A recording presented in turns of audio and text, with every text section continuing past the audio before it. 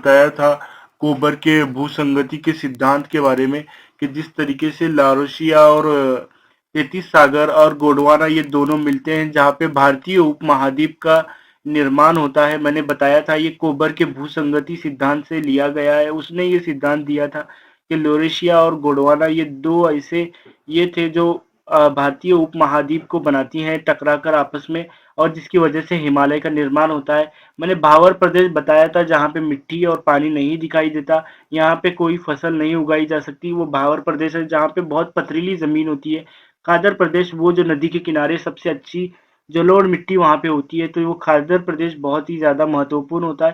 फिर उसके बाद बांगर प्रदेश मैंने बताया था कि बाढ़ की वजह से बहुत दूर तक जब बाढ़ आती है तो वहाँ पे जो मिट्टी आती है जम जाती है, 3-4 साल बाद फिर बाढ़ आती है, तो वो बांगर प्रदेश कहलाता है। इन सब में सबसे अच्छा प्रदेश खादर प्रदेश होता है।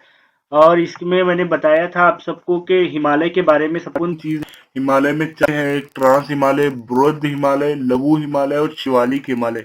मैंने एवरेज जो ऊंचाई बताई थी ट्रांस हिमालय की 6000 मीटर इसकी एवरेज ऊंचाई थी, बृहद हिमालय की 6100 मीटर की है, और लघु हिमालय की 3000 मीटर की है, शिवालिक हिमालय की 1500 मीटर। एवरेज इनकी 1000 से 1200 इनकी एवरेज शिवालिक की ऊंचाई है।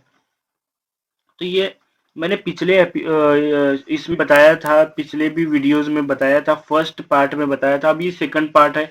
इसमें काराकोरम में मैंने बताया था, काराकोरम में दो चीजों को अपने हमें महत्वपूर्ण है हमारे लिए, एक गार्डविन अस्टीन K2 है, एक K4 है गेसोर ब्रूम, इसके नाम को याद रखना है।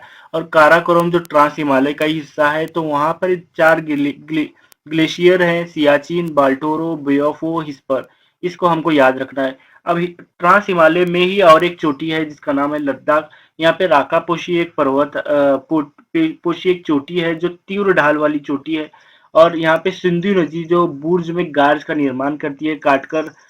तो ये चीजों को हमें याद रखना है और ये महत्वपूर्ण है। हम देखो मैंने बृहद हिमालय के बारे में बताया था, नंगा पर्वत से लेके नामचा बरवा तक बृहद हिमालय ये एक ऐसा हिमालय है जो चार हिमालय हैं उनमें सबसे ज्यादा यहाँ पे कंटिन्यूसली जो पर्वत हैं वो दिखाई दे रहे हैं।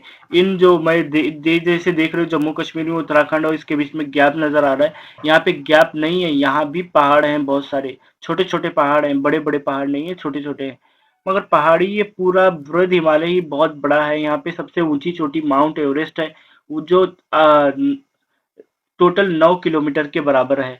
तो ये चीजों को आपको याद रखना है। और मैंने लघु हिमालय के बारे में ये पर्यटक के लिए फेमस है। तो और यहाँ पे मैंने शिवालिक हिमालय जो सबसे ज्यादा उन्होंने बताया कि अब जो नदियां हैं वो बहुत सारी जगह पे कट कर रही हैं। अब यहाँ पे सतलज नदी है, सिंधु नदी है, और यहाँ पे काली नदी है, यहाँ पे जो तीस्ता नदी है, और यहाँ पे ब्रह्मपुत्र नदी, ये नदियां जो है बहुत बड़े गार्ज का निर्माण करती है। गार्ज होता है एक पहाड़ को काट कर जब नदी निकलती है, गहराई से काट कर निकलती है, तो उसको गार्ज कहते हैं, गार्ज। तो गार्ज का निर्माण करके जो बनाती थी, तो वहां से पारदर्शिक विभाजन, पहले हमने नीचे से ऐसे देखा जो हमारे हिमालय था, अब इसको ऊपर से केक की तरह जो स्लाइड काटते हैं उस तरीके से काट के हम इस वीडियो में जानने वाले हैं कि किस तरीके से है। देखो सबसे पहले जो हिमालय है, जो पंजाब हिमालय, ये हिस्सा जैसे मैंने काटा है, जब बनाया है मैंने, तो ये चीजों को हमें ध्यान रखना है। ये पंजाब हिमालय जो है ये सिंधु नदी से लेकर सतलज नदी यहाँ पे बनाया है। ये दो नदियों ने गार्ज बनाया है, गार्ज। सिंधु नदी ने हिमालय को काट कर पाकिस्तान में एंट्री ली है, और सतलज नदी ने उत्तराखंड से जो निकली है तो उसने भी वहां पे काट के जो बनाई है वो गार्ज का निर्माण किया है।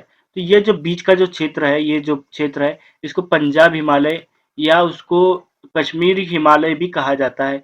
फिर सतलज और काली नदी ये जो दोनों के बीच में है, ये जो हिस्सा है सतलज नदी और काली नदी के बीच में जो क्षेत्र है उसको कहते हैं कुमायूं हिमालय। तो कुमायूं हिमालय कहते हैं। और काली नदी और तीस्ता नदी के बीच में जो है उसको कहते हैं नेपाल हिमालय, क्योंकि ये सबसे बड़ा हिस्सा है नेपाल, यहाँ पे हिमालय है, नाम से याद रखेंगे। यहाँ पे बस कुमायूं हिमालय जो उत्तराखंड वाला हिस्सा है, और जम्मू कश्मीर वाला पंजाब हिमालय, क्योंकि पंजाब की जो 5 नदियां नीचे बहती है वो बताता है। और देखो यहाँ पे तीस्ता नदी जो सिक्किम के से निकलती है, फिर ब्रह्मपुत्र नदी, ये दोनों के बीच का जो हिस्सा है उसको कहते हैं आसाम हिमालय। तो ये बहुत इजी चीज़ है, इस चीज़ को याद रखना है क्योंकि एग्जाम में पूछा जाता है।